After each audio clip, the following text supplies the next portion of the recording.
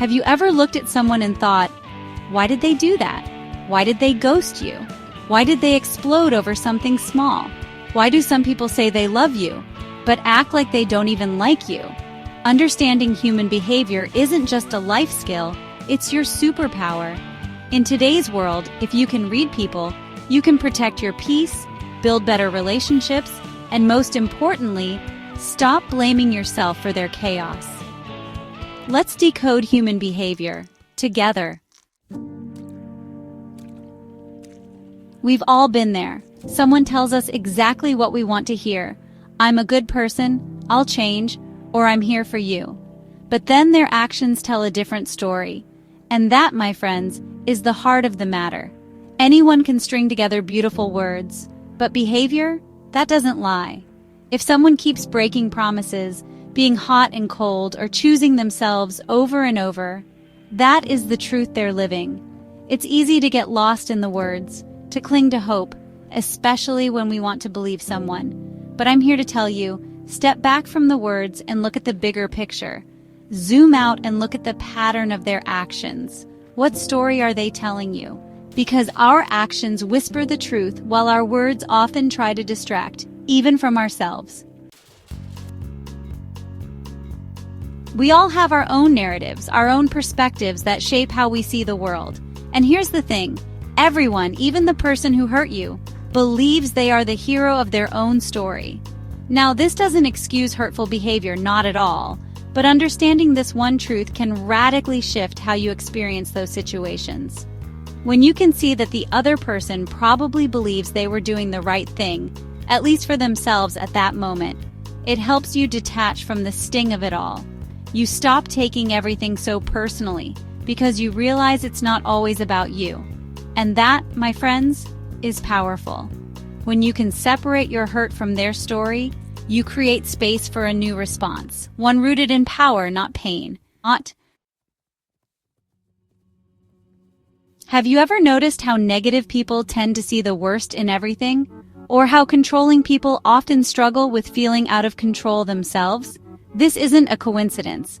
The truth is, we project our inner world onto the world around us. Judgmental people are often fiercely self-critical.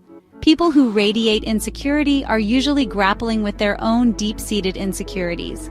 Whatever energy someone consistently brings to their interactions, be it negativity, insecurity, or even kindness, that's usually a reflection of what they carry inside.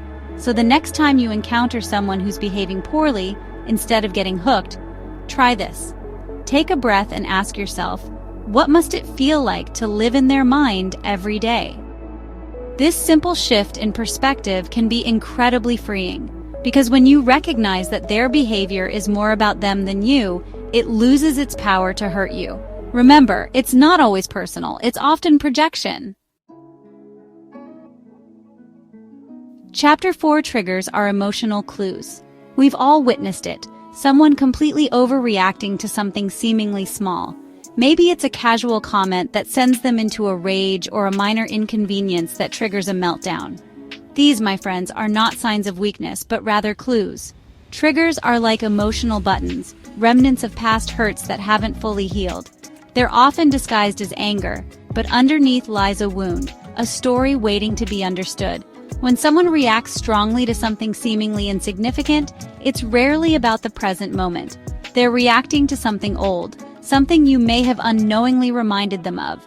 Pay attention to these triggers. They offer valuable insights into someone's pain story. Instead of judging their reaction, approach it with curiosity and compassion. Remember, triggers are not excuses for bad behavior, but they can help us understand the why behind it. Chapter 5. Patterns reveal priorities. We all know someone who seems to attract the same type of partner over and over again, or keeps repeating the same self-sabotaging habits. We might shake our heads and wonder, why do they do this to themselves? But the truth is, there are no coincidences when it comes to patterns. Patterns aren't random. They're unconscious choices. They reveal our deepest desires, fears, and values. If someone consistently chooses chaos, it's often because they're addicted to the drama, to the highs and lows that come with it. If they prioritize work above all else, it's not always about ambition. Sometimes it's about escape. Look beyond the surface and observe the patterns in someone's life. What do their choices reveal about what they truly value?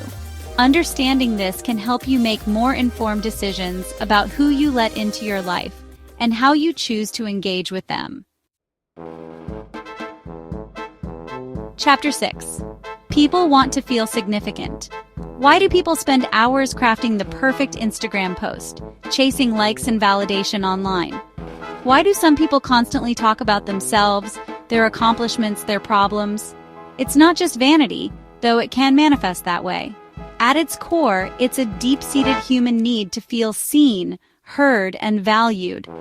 Every single one of us wants to feel significant in someone's life, to know that our existence matters. Instead of judging this need, try to understand it. Look beyond the attention-seeking behavior and see the longing for connection underneath. When you can make someone feel seen and heard, truly seen and heard, you unlock a level of understanding that goes beyond words. Because often validation is a mask for a deeper emptiness. We all have our polished personas, the carefully curated versions of ourselves we present to the world. But if you really want to know someone's true character, don't watch how they act when things are easy. Watch how they respond when life throws them a curveball. Stress has a way of stripping away facades, revealing our raw, unfiltered selves. It's in those moments of crisis, when the pressure is on, that our true colors shine through. How someone treats others when they're stressed, what they prioritize, how they cope with adversity. These are the telltale signs of their character. Remember, stress doesn't change people. It exposes them. It peels back the layers, revealing the values and beliefs that lie beneath the surface. So pay attention to how people behave under pressure. It will tell you everything you need to know. We can tell all sorts of lies with our words, but our bodies? They tend to give us away. Body language is a powerful truth detector if you know what to look for. Have you ever been talking to someone who's saying all the right things, but something about their demeanor feels off? Maybe their arms are crossed, their feet are tapping nervously, or their smile doesn't quite reach their eyes. Those, my friends, are your cues. When someone's words and body language don't align, trust the nonverbal cues. If their mouth says, "I'm fine," but their tone is flat and their eyes are downcast, believe the body. It always tells on the heart. Pay attention to the subtle shifts in posture, the fleeting micro-expressions, the nervous gestures. Often what's left unsaid speaks volumes. We carry our past with us, whether we realize it or not. Our childhood experiences in particular shape our beliefs, our attachment styles, our ways of interacting with the world. As the saying goes, the child is father of the man. The friend who's constantly seeking reassurance and clinging to relationships. They might be carrying the wounds of early abandonment, the partner who struggles to express their emotions or shies away from intimacy. Perhaps they never learned how to safely navigate vulnerability in their formative years. When you can look beyond someone's behavior and see the echoes of their past, you cultivate compassion. Remember, hurt people, but healed people have the power to break those cycles. We all crave authenticity, that feeling of deep connection that comes from being truly seen and understood for who we are. But here's the paradox. We live in a world that often rewards us for being anything but ourselves. We learn to put on a brave face, to hide our vulnerabilities, to project an image of strength and perfection. The confident one might be masking deep-seated insecurities. The funny one might be using humor to deflect from their pain. The truth is, we all wear masks to survive, and some of us have worn them for so long that we forget what lies beneath. If you want others to show up authentically, to take off their masks and reveal their true selves, it starts with you. Choose courage over comfort. Be vulnerable first. Embrace your imperfections, because authenticity is contagious. And when we allow ourselves to be seen, truly seen, we give others permission to do the same. Human behavior isn't random. It's coded.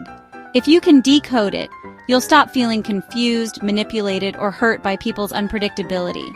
Instead, you'll see their actions as data, their triggers as clues, their patterns as puzzles waiting to be understood.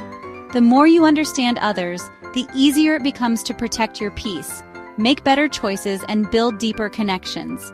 Want more life decoding tools like this? Subscribe, but not just to the channel. Subscribe to understanding yourself first, because once you master your own behavior, the rest of the world becomes easier to read. Comment below with one insight that hit you the hardest, because understanding starts with reflection.